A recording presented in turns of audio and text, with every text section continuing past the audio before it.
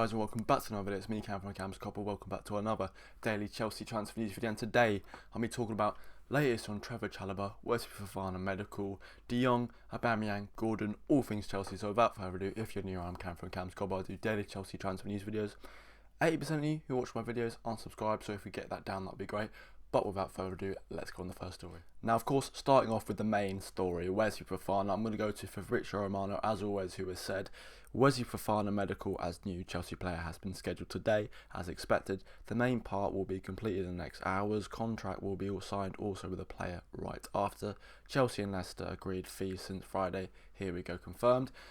Great news. Of course, I'll be talking about the Chelsea-Leicester game in more depth later on in the video, but it was important we did it before the Chelsea-Leicester game. In reality, Fofana was left out on that game anyway, so it wouldn't have really had any stumbling blocks, but it's good it was done on Friday, and that means medical today, hopefully announced today or tomorrow, and that will be great. Anyway, I'm going to go to L'Equipe, who backs this up by saying, Fofana is set to carry out his medical today to complete his move from Leicester. The deal is set to be finalised by Monday morning.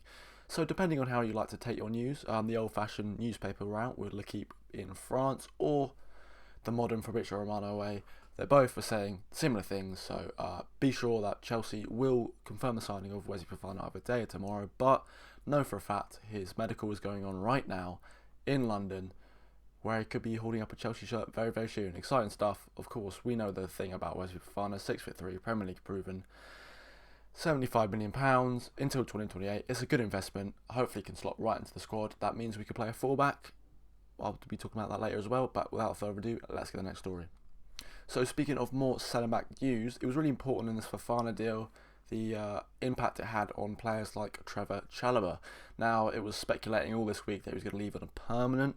But, however, Fabrizio Romano again has come out and categorically said Trev, CHALOBAH will not leave Chelsea after talks with Inter, AC Milan and RB Leipzig over a possible loan deal. Chelsea will block the move and no change expected before deadline. Tuchel and Boehly decided on keeping CHALOBAH after internal talks. There's a lot of backlash on Twitter and the internet and all Chelsea fans saying we don't want to sell him on a permanent because he's our lucky omen. If you've seen his Premier League stats, 18 starts, 14 wins and 4 draws. He's yet to lose in the Premier League, which is an incredible stat, really. Don't have that much centre-back backups, because let's not forget our 2 new signings have just replaced the 2 signings that went out the door.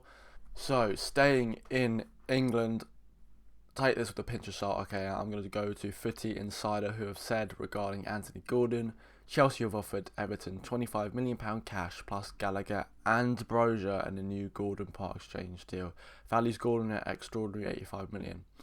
A lot of holes in this. I think Gallagher and Brozier alone are worth more than £85 million, let alone £25 million cash. Look, let's keep our head on straight here. What are we doing? Oh, but Gordon scored yesterday. Well, that's 5 goals in the Prem now. Congratulations. Lampard this whole week has been doing us a solid, saying he's not for sale, he's £100 million worth, trying to scare us off. Yeah, no thank you. On to the next story. So, going to Barcelona, I'm going to start with AUBAMEYANG, who, with Fabrizio Romano via the Off-Court Offside podcast, has said, Pierre-Emerick Aubameyang favours Chelsea over Manchester United as things stand. Manchester United asked Barcelona about Pierre-Emerick Aubameyang, but the player preference is to join Chelsea. We knew that yesterday, just good to reiterate this fact that we were above Man United in all metrics and players would rather go here, which is great. Again, AUBAMEYANG, striker, we need goals. I mean, Sterling came into his own yesterday, so that's put on the back burner. But staying with the Barcelona theme, again from Fabrizio Romano, Liverpool's salary structure also means that it's not an easy deal. Let's see if Frenkie de Jong changes his mind, but my feeling is that Chelsea, who are really pushing for him, carry on by saying, writing in his exclusive Court Offside column via Substack, Romano provided his latest update on de Jong's situation, seemingly ruling out Liverpool for the time being, but suggesting that Chelsea could still be an option. This comes as the news that Liverpool are in the race to sign Frenkie de Jong. So, apparently it was Bayern Munich, they're out. It's now the 3 teams in England, Chelsea, Liverpool and Man United, with Frenkie de Jong favouring Chelsea over Man United, and Liverpool's salary structure meaning Chelsea is pushing for him more. Frenkie de Jong, generational talent, would help us massively, so we don't have to play players like Conor Gallagher in a 3 and a 2 in the midfield. pleased. But yeah, what a signing that would be. Less and less confident, but if things change and Javi really pushes you out the door, then you never know what happens. But I'm going to talk about the Chelsea-Leicester game very shortly. Again, I will be doing a podcast later this week, going more into depth with the match. If you want to listen to that, then stay tuned. But my thoughts is that Conor Gallagher, again, this is your one chance to prove yourself. Kovacic could only play 20 minutes. We're down midfielders. Show us what you've got. You fucked up against Leeds.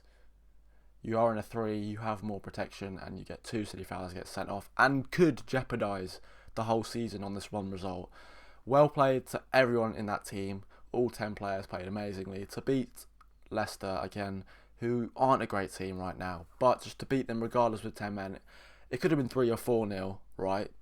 Sterling had that chance with Danny Ward, was saved with his feet again. Reece James hit the inside of the bar. Yeah, it could have been 4-0. But realistically, the XG says we don't deserve to win, so we take the 3 points. Thiago Silva, get your statue, was incredible. Reece James, good as always. But of course, man of the match to Raheem Sterling, opening his Chelsea account for the Premier League, which is great. More sign of things to come. But without further ado, I'll see you tomorrow for more Chelsea transfer news, where hopefully Fofana is holding up that Chelsea shirt and we could get excited.